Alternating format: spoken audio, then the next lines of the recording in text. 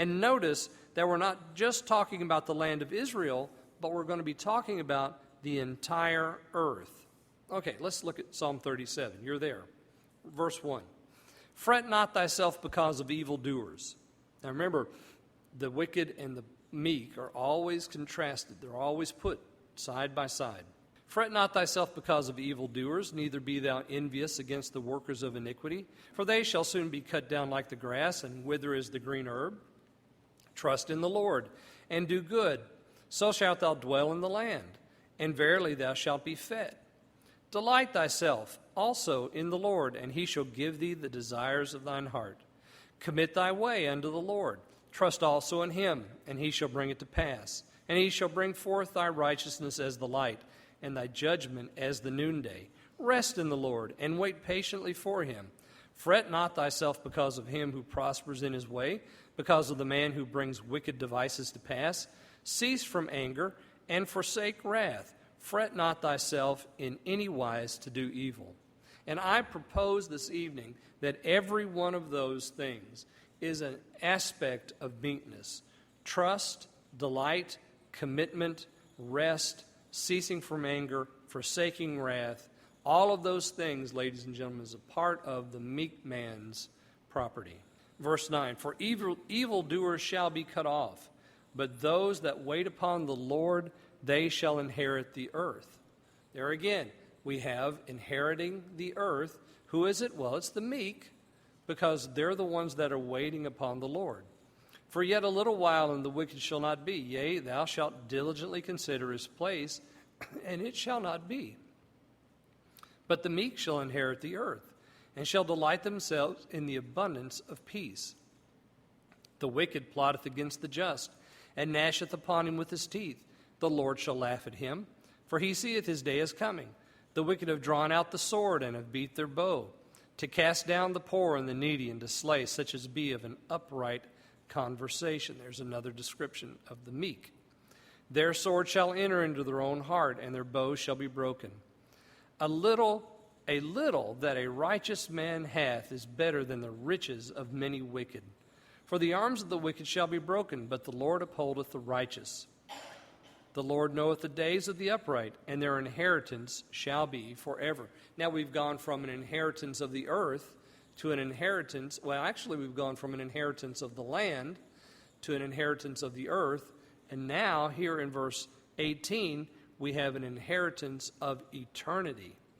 Their inheritance shall be forever. They shall not be ashamed in the evil time, and in the days of famine they shall be satisfied. But the wicked shall perish, and the enemies of the Lord shall be as the fat of lambs. They shall consume into smoke. They shall consume away. The wicked borroweth and payeth not again, but the righteous showeth mercy and giveth. For such as be blessed of him shall inherit the earth. Well, there it is again. Inheriting what? The earth. Those that are blessed of him. I'm sure Jesus had in mind this 37th Psalm when he spoke to those gathered on that mountainside. For such as blessed of him shall inherit the earth, and they that be cursed of him shall be cut off. The steps of a good man are ordered by the Lord, and he delighteth in his way. Though he fall, he shall not be utterly cast down, for the Lord upholdeth him with his hand. I have been young, and now I am old. Yet have I not seen the righteous forsaken, nor his seed begging bread. He is ever merciful and lendeth. His seed is blessed. Depart from evil and do good, and dwell forevermore. For the Lord loveth judgment, and forsaketh not his saints. They are preserved forever, but the seed of the wicked shall be cut off. Notice again, verse 28, they are preserved forever. Again, an emphasis there on the eternity that is part of this blessedness. Verse 29, the righteous shall inherit the land. There it is again. And dwell therein forever. The mouth of the righteous speaketh wisdom, and his tongue talketh of judgment. The law of his God is in his heart. None of his steps shall slide. The wicked watcheth the righteous, and seeketh to slay him. The Lord will not leave him in his hand, nor condemn him when he is judged. Wait on the Lord, and keep his way. He shall exalt thee to inherit the land. There it is again. When the wicked are cut off, thou shalt see it. I have seen the wicked in great power, and spreading himself like a green bay tree. Yet he passed away, and lo, he was not. Yea, I sought for him, but he could not be found. Mark the perfect man, and behold the upright, for the end of that man is peace. But the transgressors shall be destroyed together, and the end of the wicked shall be cut off. But the salvation of the righteous is of the Lord. He is their strength in the time of trouble. And the Lord shall help them and deliver them. He shall deliver them from the wicked and save them, because they trust in him.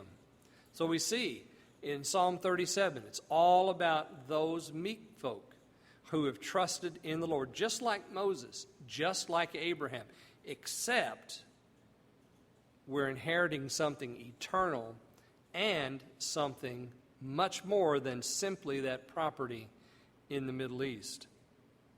You see, the land of Israel was a part of the covenant made with Moses, but the meek receive something more because their trust is not in the promise made to Abraham, but in a living trust made to them by the Lord himself. And I said, this is the Lord Jesus unwires their brains a little bit here, because they had been taught by the rabbis down for many years that the covenant of Abraham was the primary thing. That was the only thing that they had. They had to trust in that covenant, that God was going to do it. And he's going to do all that he promised to Abraham. But there's something more than the covenant of Abraham. Abraham had something more, and Jesus wanted his followers to have that too. Abraham had a living faith and trust in the Lord his God. And Jesus wanted these people to have a living faith and trust in the Lord his God, and not in a covenant made to another man. Let's have the original relationship. Abraham had this promise made to Abraham was one thing, but the living trust made to them by the Lord himself, that's something completely different. The earth will be yours, Jesus says. Again, this must have rubbed the right people the wrong way. Jesus wasn't teaching a faith based on Abraham's righteousness. He was teaching a faith based in a personal, living, daily relationship with the living God, which is where blessedness comes from. Jesus will meet you. Thanks for listening to this week's message. Please join us again next time for another installment of the Creek Road Baptist Pulpit.